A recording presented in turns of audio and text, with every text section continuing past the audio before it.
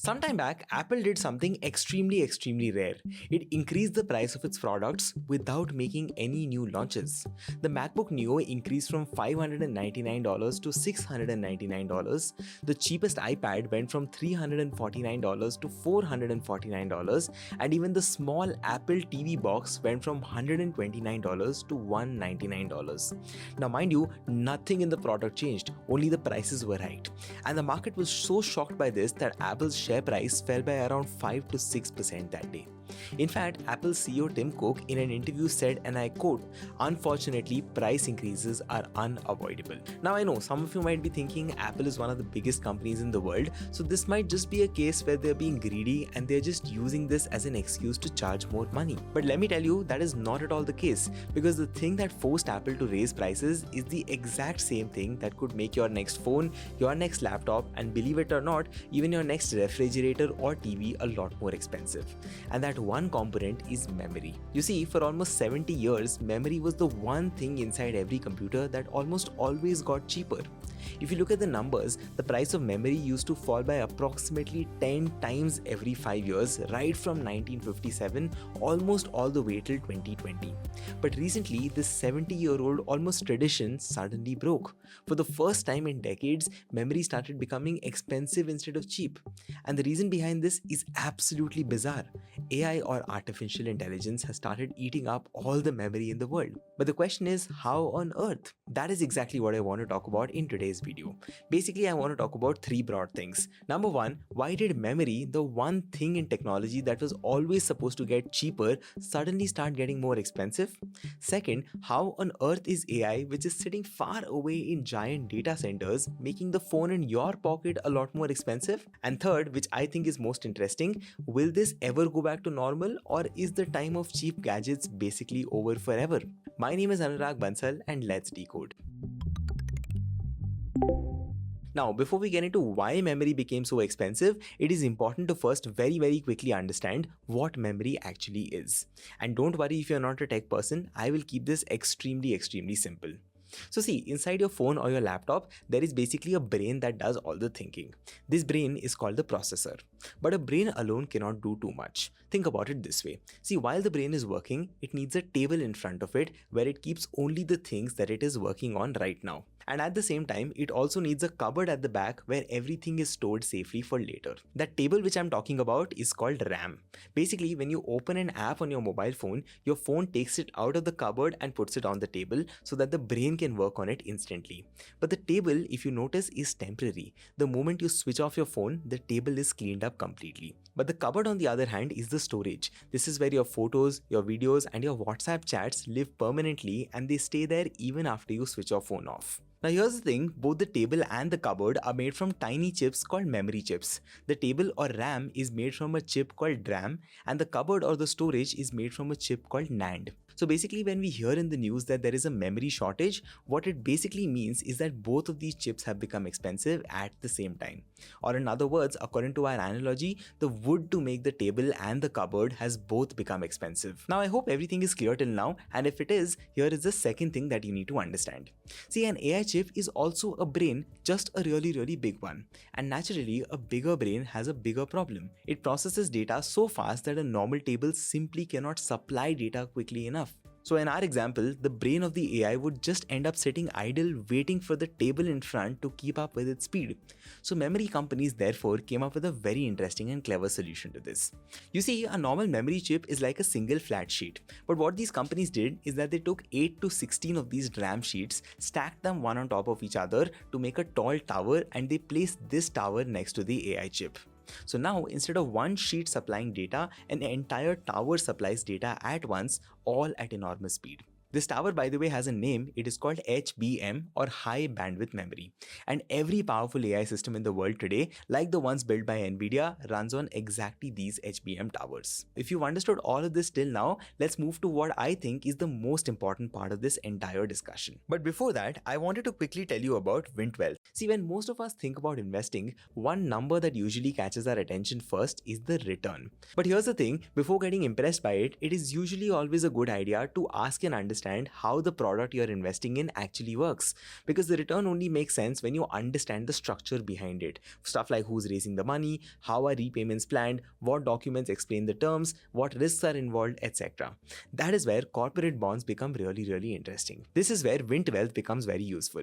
Vint Wealth helps retail investors access listed corporate bonds, usually listed between BBB and A, with fixed returns of around 9 to 12% per annum depending on the bond. What I also find very useful is that Vint Wealth keeps all the important information in one place. Stuff like bond details, ratings, repayment schedule, and offer documents. What is also very nice is that the process is extremely simple. You can invest using UPI or net banking, and you can track everything through a very easy dashboard. In fact, Vint Wealth even shows repayment schedules and allows you to set reinvestments accordingly. So if you want to understand listed corporate bonds and you want to see how Vint Wealth works, the link is in the description. Do check it out. Fixed returns do not constitute guaranteed or assured returns. Investments in corporate debt securities, municipal debt securities, and securitized debt instruments are subject to credit risks, market risks, and default risks, including delay and/or default in payment. You see, every memory chip in the world starts as a round disk of silicon. The disk is called a wafer. Now here's the catch, a memory factory can only make a fixed number of these wafers in a year, and this number has barely gone up because building a new factory takes years and years. So the factory is basically forced to make a choice. From the same wafer, it can either make the flat memory sheets that go into your mobile phone, or it can make those tall HBM towers that get used for AI.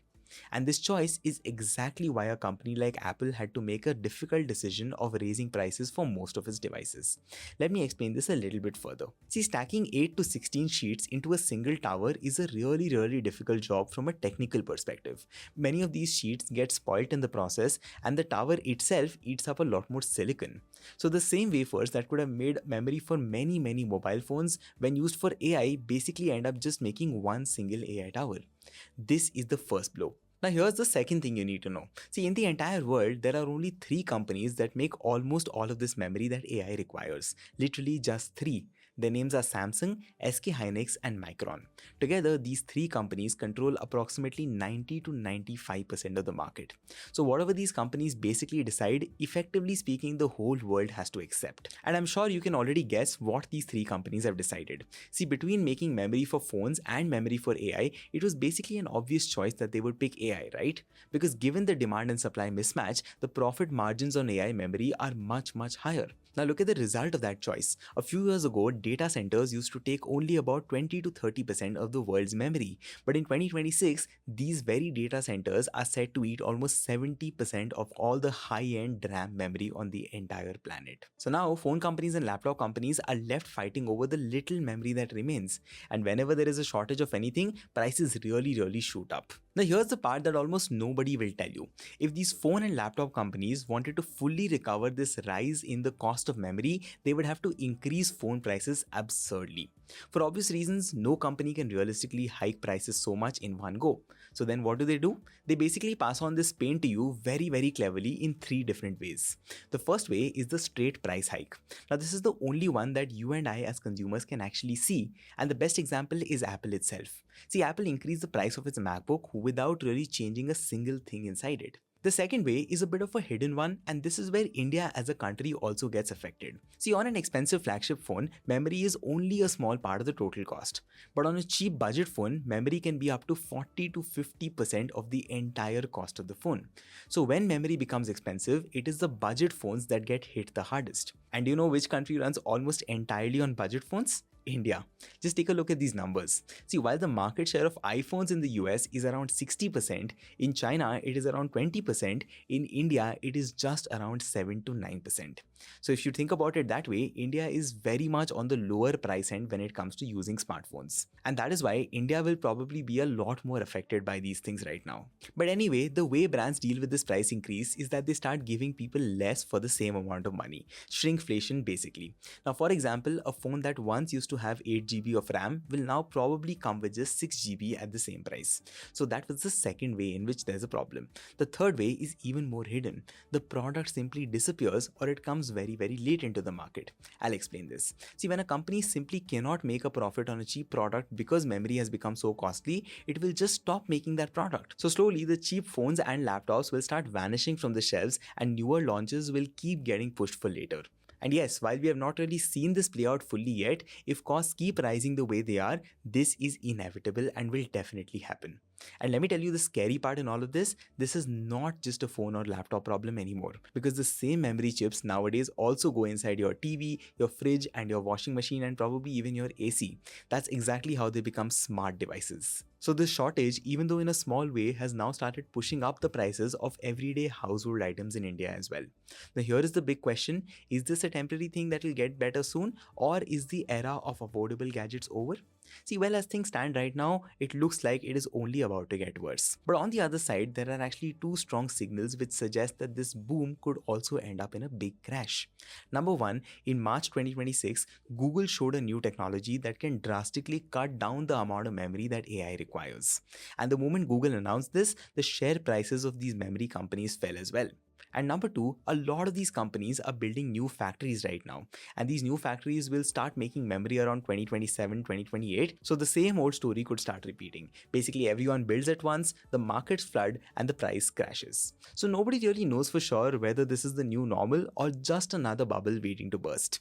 But one thing is for certain, right now, you and I as consumers are the ones that are paying a price for it. That's it from my side in today's video. If you enjoyed this, I would love for you to please subscribe to my channel because it keeps me motivated to make more such video breakdowns for you. I'll see you in the next one. Bye.